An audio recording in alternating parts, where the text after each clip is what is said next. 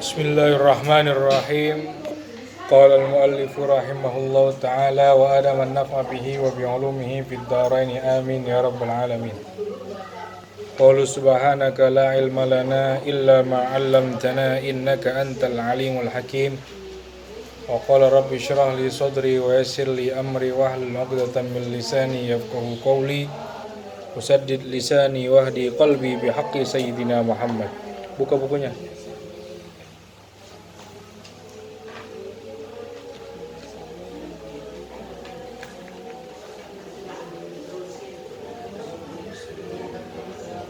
Pada malam hari ini kita membahas tentang sejarah Nabi dari kitab Khulasah Nurul Yakin. Kitab Khulasah Nurul Yakin. Karena kita penting untuk mengetahui daripada kehidupan Nabi Muhammad SAW. Jangan sampai ketika kita mengaku menjadi umat Nabi, tapi kita tidak tahu sejarah Nabi Muhammad SAW. Paling tidak sedikit banyaknya kita harus mengetahui daripada sejarah Nabi kita semua. Itulah menandakan bahwasanya kita selaku umat Nabi Muhammad SAW.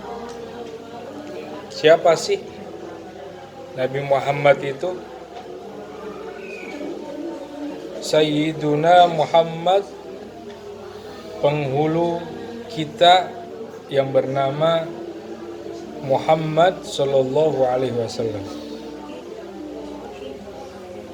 Huwa Rasulullahi ilan nasi kafatan. Yaitu Nabi adalah utusan Allah untuk umat manusia secara menyeluruh. Jadi Nabi diutus bukan hanya untuk umat Islam, tapi untuk manusia secara keseluruhan. Baik itu umat Kristiani, umat Hindu, umat Bunda, umat agama-agama lainnya. Nabi diutus untuk seluruh umat manusia. Bukan diutus hanya untuk umat Islam, bukan. Tapi Rasulullah ilan nasi kafatan. Utusan Allah untuk seluruh umat manusia. Wa akhirul anbiya. Nabi juga menjadi penutup para nabi. Artinya apa? Tidak ada nabi setelah Nabi Muhammad. Jadi seluruh nabi yang berjumlah 25 nabi yang wajib kita ketahui itu ditutup oleh Nabi Muhammad SAW. Tidak ada lagi nabi setelah Nabi Muhammad SAW. Jadi ketika ada orang yang mengaku bahwasanya dirinya adalah nabi, kan ada tuh sekarang mengaku-ngaku menjadi nabi. Ada yang ngaku jadi Jibril, malaikat. Ada yang ngaku membawa agama baru. Ada yang mengaku Imam Mahdi. Banyak macam-macam orang ngaku-ngaku. Tapi kalau kita yakini bahwasanya tidak ada nabi setelah Nabi Muhammad, Nabi Muhammad adalah penutup daripada nabi, maka kita tidak akan percaya kalau misalkan saat ini zaman sekarang ada nabi baru. Udah pasti itu adalah nabi palsu. Karena tidak ada nabi setelah Nabi Muhammad. Ya. Wa imamur rusuli. Nabi Muhammad juga sebagai pemimpin para rasul. Oh, jadi sendiri. Nabi Muhammad pemimpin para rasul. Artinya sekalipun Nabi Muhammad diutus terakhir, tapi Nabi Muhammad menjadi pemimpin para rasul-rasul terdahulu, rasul-rasul yang telah diutus sebelum Nabi Muhammad. Walaupun Nabi Muhammad diutusnya terakhir, tapi nanti ketika masuk surga, Nabi Muhammad adalah orang yang pertama masuk surga. Bahkan bukan Nabi Muhammad aja yang masuk surga, tapi orang yang pertama masuk surga, umat yang pertama masuk surga yaitu umatnya Nabi Muhammad. Walaupun nabinya nabi terakhir, umatnya umat terakhir, tapi masuk surganya duluan, lebih dulu daripada umat-umat terdahulu. Ja'a bid-dinil islami, Nabi Muhammad datang membawa agama Islam. Sekalipun Nabi diutus untuk seluruh umat manusia, tapi bukan berarti Nabi membawa seluruh agama, bukan. Tapi Nabi hanya membawa satu agama, yaitu agama Islam. Nabi tidak membawa agama-agama Buddha, agama Hindu, agama Konghucu. Tapi Nabi hanya membawa agama Islam beserta ajarannya, beserta syariatnya, beserta petunjuknya yang Nabi bawa yang berasal daripada Allah Subhanahu wa taala. Hanya agama Islam yang Nabi Muhammad bawa.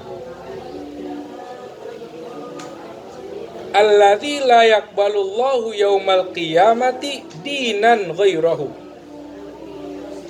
Yang tidak akan ada agama yang diterima nanti di sisi Allah kecuali agama Islam. Jadi Nabi datang membawa agama, satu-satunya agama yang diterima oleh Allah Subhanahu wa taala nanti di akhirat, yaitu agama Islam.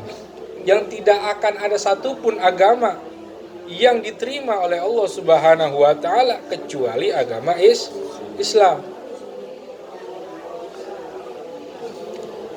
Wa huwa min nasli sadati Quraisyin, yaitu Nabi berasal daripada suku Quraisy. Asyrafi qabilatin fi Makkatal Mukarramah, yaitu suku yang sangat mulia di daerah di kota Mekah Al-Mukarramah. Jadi Nabi berasal daripada suku Quraisy, yaitu salah satu suku yang paling mulia di kota Mekah Al-Mukarramah. Wa yattasilu nasabuhu bi Ismail bin Ibrahim alaihi wassalam, dan Nabi bersambung nasabnya.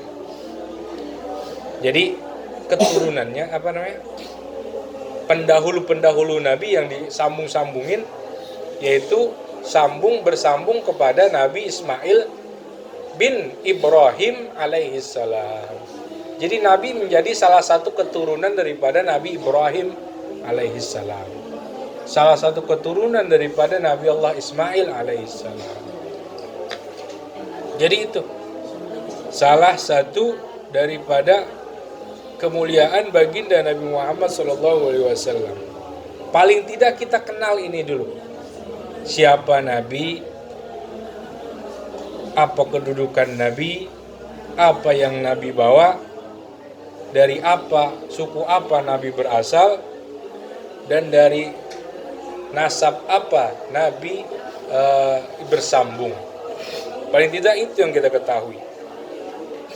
Siapa itu Sayyidina Muhammad? Nabi Muhammad datang membawa apa? Berasal dari kabilah apa? Dan juga bersambung dengan Nabi siapa Nabi Muhammad itu? Kemudian nasabuhu wa wafat walidih, nasabnya Nabi dan meninggalnya bapaknya Nabi. Waliduhu, bapaknya Nabi, yang bernama Abdullah bin Abdul Muttalib bin Hashim bin Abdi Manaf bin Qusay bin Kilab. Wa ummuhu, dan ibunya Nabi bernama Aminah bintu Wahbin bin Abdi Manaf bin Zuhra bin Kilab. Fayajtami'u ummuhu ma'a walidihi fi jaddihil khamis wa huwa Kilab. Maka bertemu nasabnya ibu dan ayahnya Nabi, bertemu pada pendahulunya yang kelima, yaitu yang bernama Kilab. Jadi ayahnya Nabi ada pendahulunya bernama Kilab, dan juga ibunya Nabi ada pendahulunya bernama Kilab. Walaqad tuwfiya waliduhu wa huwa fi batni ummih, dan telah meninggal dunia ayahnya pada saat Nabi masih berada di kandungan ibunya.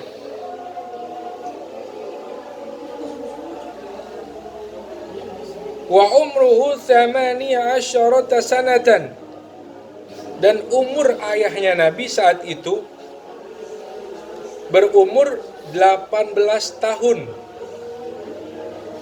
Ya, muda, masih muda. Karena apa? Karena umatnya Nabi itu umurnya pendek-pendek dibanding umatnya yang terdahulu. Wadufina bil Madinah, kemudian ayahnya Nabi dimakamkan di Madinah. Walam yatruk lahu syai'an minal mal, kemudian ayahnya Nabi meninggal tidak ada satupun harta yang ia tinggalkan. Artinya ayahnya Nabi meninggal tidak ada satupun harta peninggalan atau warisan yang ada untuk Nabi dan ibunya Nabi. Jadi Nabi lahir dalam keadaan miskin, ya, bukannya lahir udah kaya. Kalau sekarang lahir udah kaya. Kalau Nabi lahir dulu dalam keadaan miskin.